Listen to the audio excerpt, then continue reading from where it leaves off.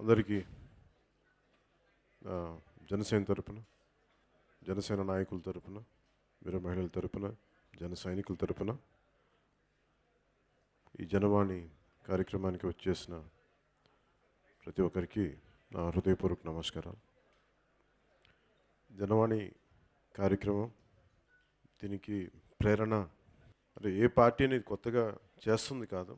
ఏ party అయినా బాధ్యతగా మేము వెళ్ళేదే పిటిషన్లు, సమస్యలు ఉన్నాయి, ఈ సమస్యలు మాకు పరిష్కారం కనిపించట్లేదు, జరగట్లేదు అని చెప్పి మేము రెగ్యులర్గా అందుకునేది. కాకపోతే దీన్ని ఒక క్రమంలో కొంతమంది ఒక టీం తోటి ఏర్పడి అందరితో కలిసి దీన్ని ఏ ఏ శాఖలకి ఆ సమస్య సంబంధించిందో దానికి పంపించి ఎందుకు పరిష్కారం చేయలేకపోయారు, ఏ పరిస్థితుల్లో చేయలేకపోయారు, వీటన్నిటి మీద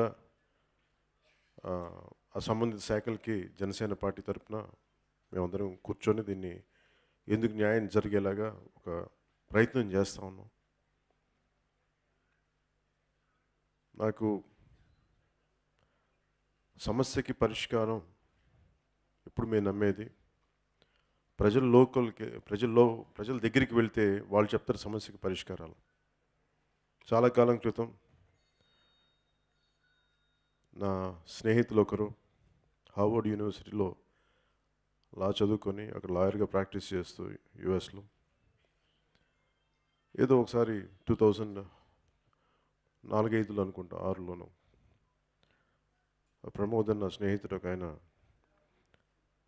నేను మాట్లాడుతున్న విషయాలు చూసి నీ సమస్యలను వీటిని ఎలా చేయొచ్చు అది మాట్లాడుతూ ఉంటే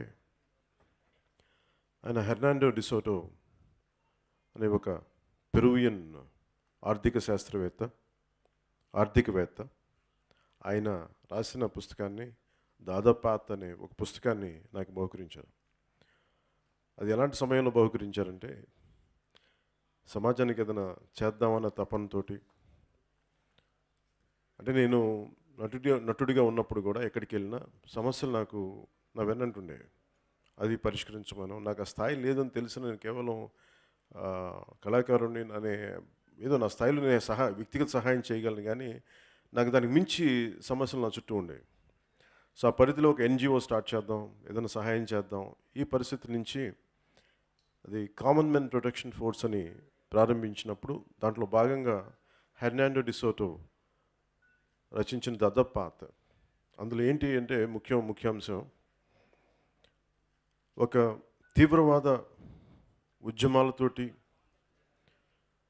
నిండిపోయిన ఒక సౌత్ అమెరికాలోని, లాటిన్ అమెరికాలోని పెరు దేశంలో అసలు అభివృద్ధి కుంటుపడిపోయి అసలు విధి విధానాలు లేక కేవలం అభివృద్ధి అంటే కొద్ది మందికే, ఇలాంటి పరిస్థితుల్లో షైనింగ్ పాత్ గెరిల్లాస్ అని చెప్పి వాళ్ళు చాలామంది యువతని వాళ్ళ వైపు తీసుకెళ్ళిపోయి, అంటే ఒక ఇన్ఫార్మల్ అంటే ఎవరికి కూడా లైసెన్సులకి రావడానికి, పని చేసుకోవడానికి, ఏ సమస్య పరిష్కారానికి కూడా లేని పరిస్థితుల్లో అప్పుడు ఒక జపనీస్ ఆరిజిన్ ఫ్యూజిమోరా అని ఆయన ప్రెసిడెంట్కి ఎన్నికయ్యారు.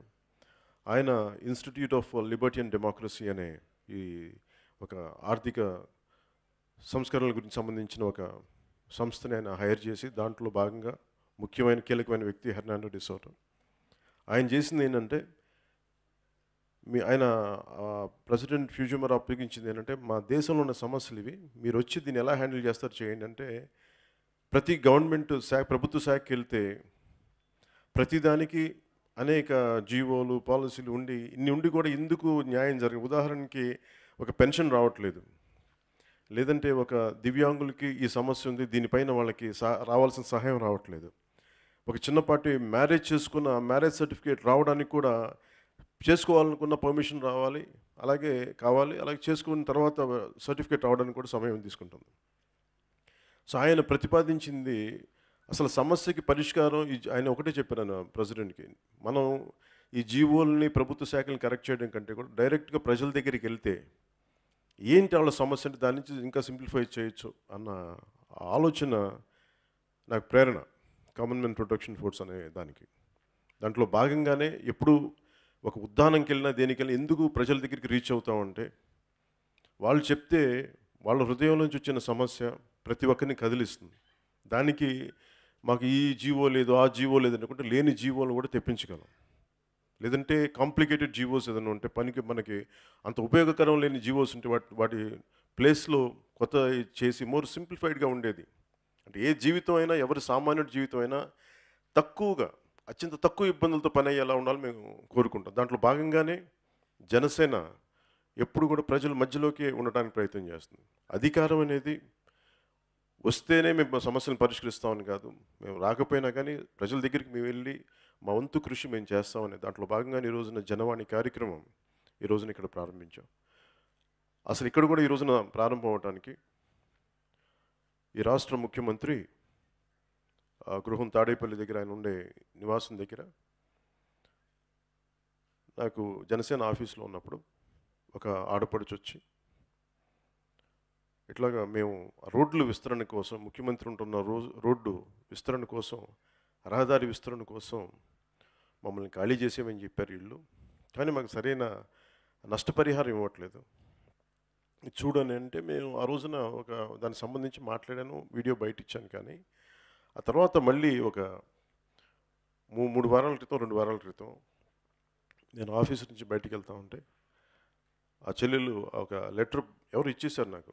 సార్ చాలామంది ఉన్నారు కానీ అన్ని లెటర్లు తీసుకుంటుంటే ప్రత్యేకించి ఆ లెటర్ తీసుకున్నప్పుడు అందులో రాసింది బాగా కదిలించిందన్న. ఆ రోజు మీ దగ్గరికి వచ్చాం, మీరు మాట్లాడారు. కానీ ఈ రోజున మీరు ఆ స్టేట్మెంట్ ఇచ్చిన తర్వాత మా అన్నయ్య గారికి పిలిచి ఏది చేశారు నాకు ఎగ్జాక్ట్ డీటెయిల్ మర్చిపోయాను. నాకు ఇప్పుడు తనే మొదటి పిటిషన్ తీసుకోబోతున్నాను.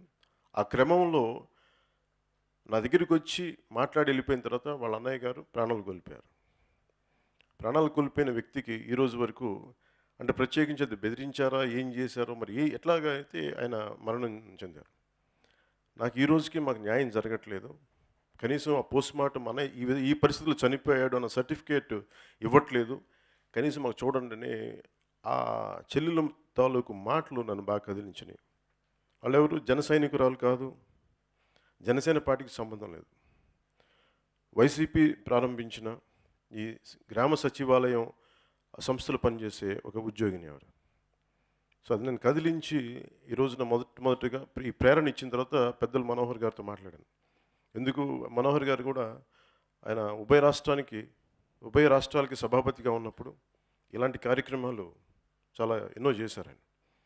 ఒక రోజునే ఆయన ఇలాంటి 3000 పిటిషన్లు అందుకొని ఆయన ఎమ్మెల్యేగా ఉన్నప్పుడు, ఆయన సభాపతిగా ఉన్నప్పుడు ఒక రోజునే 3000 పిటిషన్లు తీసుకొని 21 రోజుల్లోనే దానికి ఆయన అధికారం ఉన్నారు కాబట్టి పరిష్కారం చూపగలిగారు. ఆ రోజు దాదాపు 18 రోజుల్లోపే దాదాపు అన్నిటికీ పట్టాలు లేని వాళ్ళకి పట్టాలు కానీ, లేదంటే ఒక పెన్షన్ రాలేని వాళ్ళకి పెన్షన్లు ఇప్పించడం కానీ, ఇవన్నీ అనేక కార్యక్రమాలు ఏ సహాయం కోసం అయితే వచ్చారు, ఏ సమస్యలను అయితే దృష్టికి తీసుకొచ్చిన సమస్యలు దాదాపు 21 రోజుల్లో అన్ని సమస్యల్ని అడ్రస్ చేయటం, లేదంటే ఏ పరిస్థితులు చేయలేకపోతే ఏ పరిస్థితుల్లో చేయలేకపోయాం, భవిష్యత్తులో మేము ఏం చేయగలం, వీటన్నిటి ఆ అనుభవాన్ని ఆయన ఈ రోజున చాలా పగడ్బందీగా చాలా చక్కగా దీన్ని ముందుకు తీసుకెళ్ళి చాలా ఇక్కడ పెద్దలు సీనియర్ ఐఏఎస్ అధికారి మొన్న రిటైర్డ్ అయ్యారు, వారి సహకారంతో ఈ రోజున మీ అందరి ముందుకు వచ్చి మా వంతు మేము కృషి చేస్తున్నాం.